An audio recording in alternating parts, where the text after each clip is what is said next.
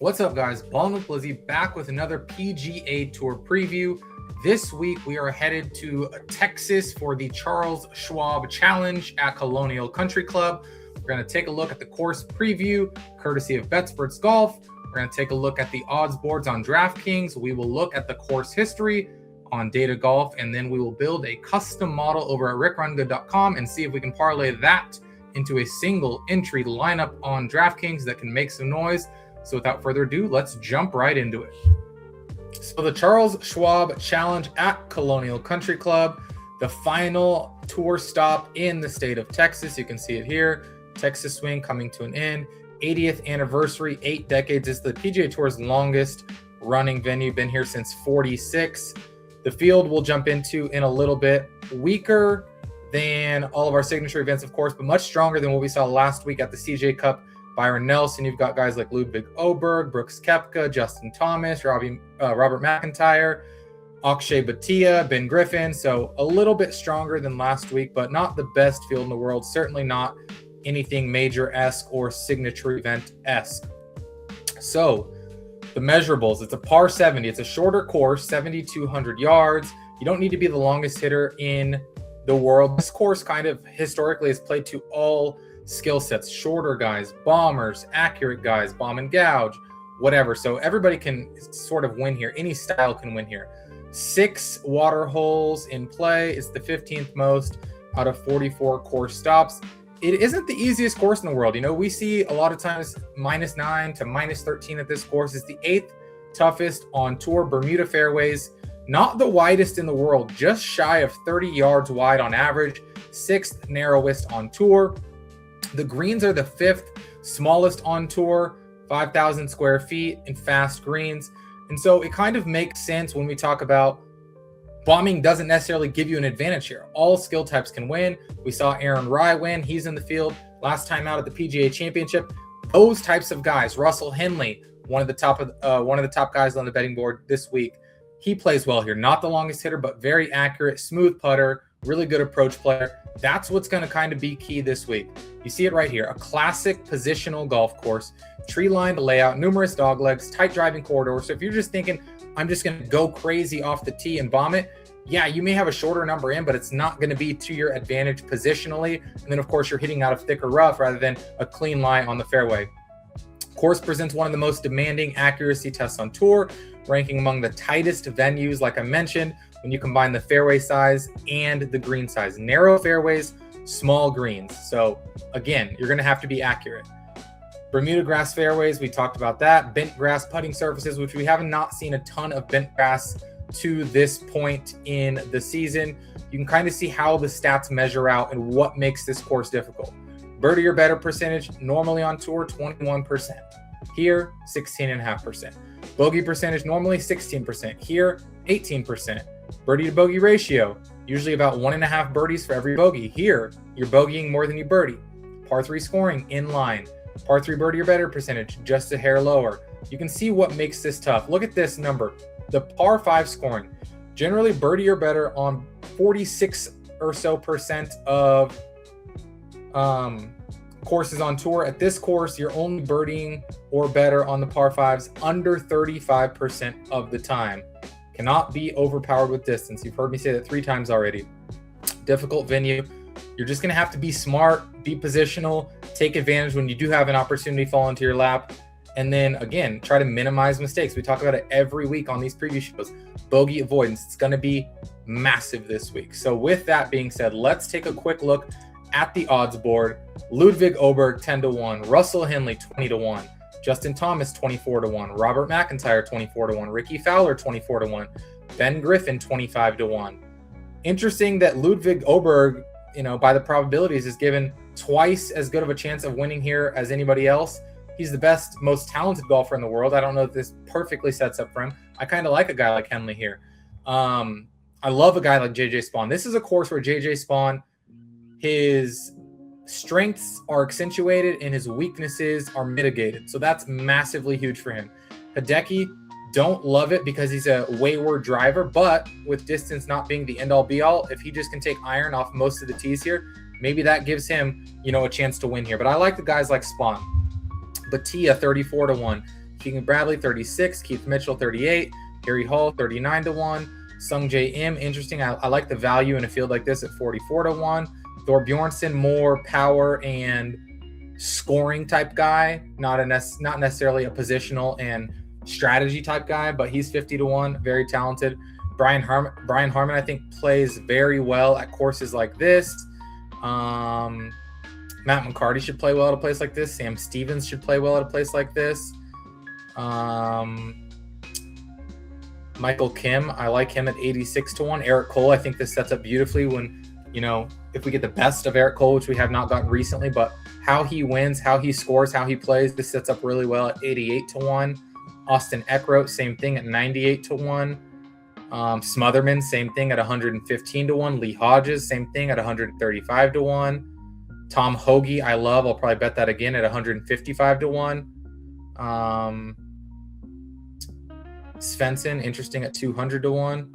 Rye must have withdrawn, or I skipped past him. He may have withdrawn, and I did not catch wind of that. Yeah, he looks like he's not playing in the field this week, so forget what I said a few moments ago. But yeah, rounding this out, anybody else? Davis Riley, previous winner here, 430 to 1. Brian Campbell, interesting, 750 to 1. He has like no length, but he is like ultimate short course guy, 750 to 1. Ryan Palmer, interesting because he's played this course many, many, many times and lives in the area, and that's 3,000 to 1. And let's segue that into seeing just how much he has played here. Well, there you have it right there, 72 rounds, most in the field. Davis Riley, 2 strokes gained per round. Tony Finau has played here a bunch, 34 rounds. Matt Kuchar has played here a lot. Of the top guys, though, I mean, Justin Thomas, just 10 rounds here. Ludwig, no career rounds here. Koepka, no career rounds here. Spawn, 14 rounds and finished top 6 last year. So not, Keegan Bradley, just 10 rounds. So Matsuyama, 8 rounds. So not a ton of rounds for the guys that are at the top of the odds board, but still nonetheless, I guess Sung Jae, 18 career rounds and 2 times inside the top 15, which you do like to see. Harman, I shouted just a second ago, 48 career rounds. So interesting field, sets up interesting. I think this could be a week where a top guy wins or somebody way down the board wins. So don't be surprised no matter what stylistically proves to be the thing here. And just another thing, Texas, sometimes those wins, potentially you want to look at windfinder.com, see if your guy has a favorable tee time. I have not quite dug into that yet, but one of the things that I did want to point out for a course like this in Texas. So with that being said, let's go over to rickrungood.com, build this model out, and see what kind of plays here. Started off with strokes gained total, 10, and then just a bunch of accuracy and bogey avoidance stuff. So let's get into bogey avoidance 10, birdie or better gained. I think it's important, but I just want to go 5 this week since this isn't a scoring fest. Driving, I want to see a bunch of fairways gained. I want to see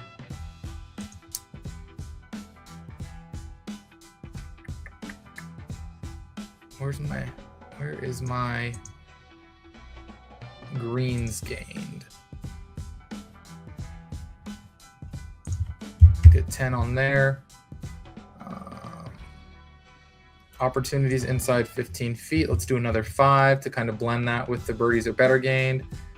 And then let's go to some of the approach stuff, right? Let's see.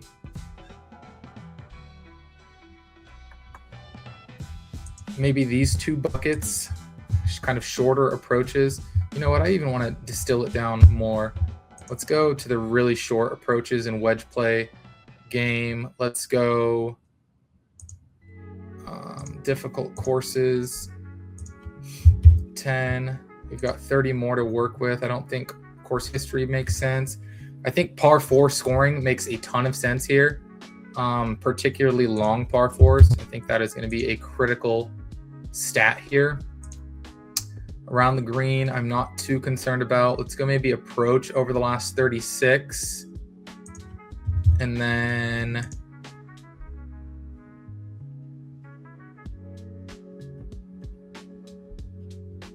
maybe weighted just strokes gained tee to green. Let's see what that lands us initially. Look at that. JJ Spawn right to the top. Maybe surprises me a bit that he's number one, but certainly doesn't surprise me. And again, the way that he kind of succeeds. Oberg at number 2, Henley. Davis Thompson, interestingly, at number 4. Get some savings there. Get some savings here with Chris Kirk.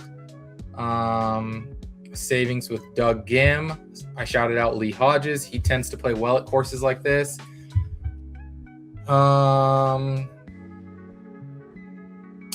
Sam Stevens, Keegan Bradley, Smotherman. Let's see kind of what is working for these guys. Spawn right at the top. Just I don't see any red across the board. That's very encouraging.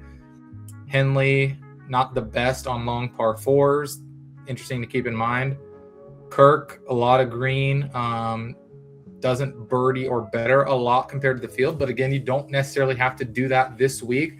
If you can just capitalize on the chances you do have and then avoid some of those bogeys. Would like to see this be a little bit better outside the top 50 in a field like this. Ricky Fowler, 3rd in bogey avoidance. Not the best short wedge in player, but that's okay. Hodges, a lot of green. Plays these long par 4s really well. Not scoring a ton outside the top 100 in this field in terms of birdie or better gain percentage. But some things that we can work with. Justin Thomas, I know a lot of you will be interested in playing him this week. 3rd in strokes gained total, 5th in weighted strokes gained tee to green, outside the top 100 in bogey avoidance.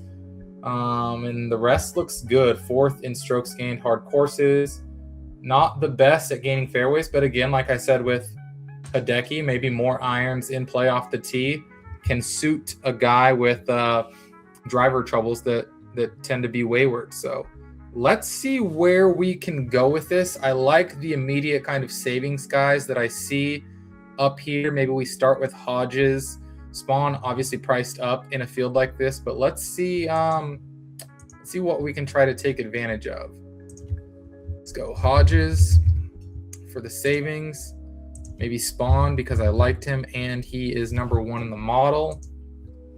8,500 for the rest means Smalley priced up. That's unfortunate. Kirk or Thompson. Let's look at those numbers one more time. Looks like Thompson doesn't bottom out. Looks like he's a bit stronger of a play than Chris Kirk by the metrics. Doug Gim, anything there? Gim, same thing, kind of a lot of green, doesn't really bottom out. Let's go. What is Gim? Gim and Kirk are kind of right there. Let's see how they're playing right now. 7 of 11 cuts for Kirk, 31st, 44, 36. Nothing inside the top 25. Doug Gim, let's see, 7 of 10 cuts, 31st, 19th, 30th. He's popped a little bit more, 26th, 19th, 30th, 31st. Maybe throw Doug Gim in for now, and why not just check on both of these guys? I know Kirk had played here quite a bit. Gim, 18 rounds, not the best at this course. Kirk, better at this course, but has been cut the last 3 years. So, I mean, it's kind of, kind of a wash there. Who else did the model really like at the top? We're going to need some savings to get to Ludwig or Henley. We've got Gim and Hodges in. Højgaard. I actually like that. I like that Højgaard is priced down. I know it's Rasmus, not Nikolai, but I do like that price point for a guy that can pop in a field like this. Let's put Rasmus in. And now we're up to 96.50 for the last 2 guys. So we can go like Oberg and it's like Oberg and Harry Hall. Oberg and Keith Mitchell. Okay, Keith is top 8 here. We can go Oberg and Mitchell. Otherwise, it's like what, Henley and Oberg and Mitchell. I like this lineup. Or it's Henley and like a Batia, who I think has, to me, Batia has more win equity than Alex Smalley. I mean, maybe that doesn't bear out with what the sports books say, but in my head, it's like Batia has to be, wow. So they're both 34-1. A lot of respect for Smalley coming off that performance at the PGA. I would personally lean Akshay and Henley. Just think you get more ceiling there if this is the route you want to go. But I think I just do like Oberg and Keith Mitchell, and our models seem to like that as well. So the single entry lineup: Lee Hodges, JJ Spawn, Doug Gim, Rasmus Højgaard, Ludwig Oberg, Keith Mitchell, all I believe inside the top 17 in the model. Yeah, we got Rasmus, Hodges, Gim, Mitchell. Yeah. So, I mean, that looks to be really strong. And again, if you want to do a kind of a 3-entry max contest, you can swap Ludwig and Keith Mitchell out for Henley and Batia. So that will do it for this preview show. Let me know what you like in the comment section, what your angle is in terms of outright bets, DFS guys, sleepers, one and done, whatever it may be. But good luck, and we'll talk to you guys again next week.